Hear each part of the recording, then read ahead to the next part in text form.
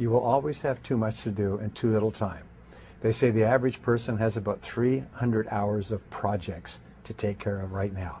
Books to read, magazines, newspapers, projects at home, work, and everything else. The fact is you will never get caught up.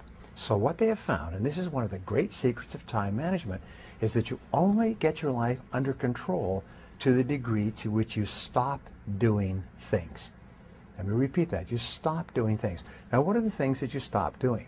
Well, the easiest way to set priorities and to determine this is to use the 80-20 rule. That if you make a list of 10 things that you have to do each day, 2 of those items will be worth more than all the other 8 put together. The top 20% of activities account for 80% of your results. So you have to say to yourself, what are the 1 or 2 things on this list that are more important than anything else? And of all these things, if I could only do one thing before I was called out of town for a month, which one thing would I be sure to get done today? And that becomes your number 1 priority. Now, over the years, the ability to set priorities, and I have written books on time management. I've trained hundreds of thousands of people in time management. My audio and video programs on time management are in multiple languages worldwide. And everything comes down to one thing, is selecting your most important task right now and starting on it right now, and then disciplining yourself to stay on it until it's done.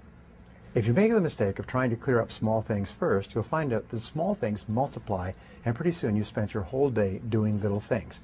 So I've written a book called Eat That Frog, and the program basically says this: is the first thing you do when you get up in the morning is you eat a live frog, then you'll have the satisfaction of knowing that throughout the day that's probably the worst thing that's going to happen to you. Now, the 2 corollaries of that are, if you have to eat 2 live frogs, eat the ugliest one first. And if you have to eat a frog at all, it doesn't pay to sit there and look at it for too long. Now, what is your frog? Your frog is your biggest, ugliest task. You know the old saying, do the worst first. Do the most important thing, the biggest thing, the ugliest